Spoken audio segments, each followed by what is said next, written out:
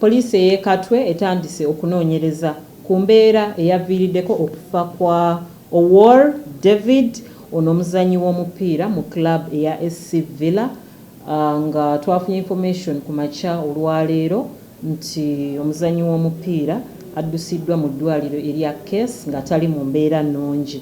Nga abasirikale baffe olwafunye information eno ne bagenda ku scene wagambibwa nti wabaddewo enjega eno, ng'era we twogerera abakyali ku scene of crime okulaba nga bafuna akanana akataano akasobola okutuyambako mu kunoonyereza kwaffe, n'okulaba nga tukuŋŋaanya obujulizi bwonna obusobola okutuyambako mu kunoonyereza kwaffe, nga okunoonyereza kulaga nti Owuor yalumbiddwa abantu abatannamanyikwa, ng'era kigambibwa nti bazira kisa.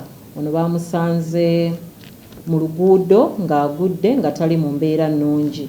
Ono basoose kumuddusa mu ddwaliro lya Sir Albert Cook Health Center, oluvannyuma ne bamuggyawo ne bamutwala mu ddwaliro erya Case, era ono gye yafiiridde.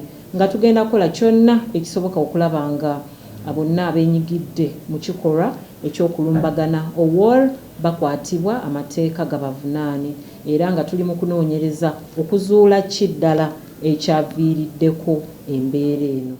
Download the app on App Store or Google Play Store now. Vision Digital Experience, the future of media.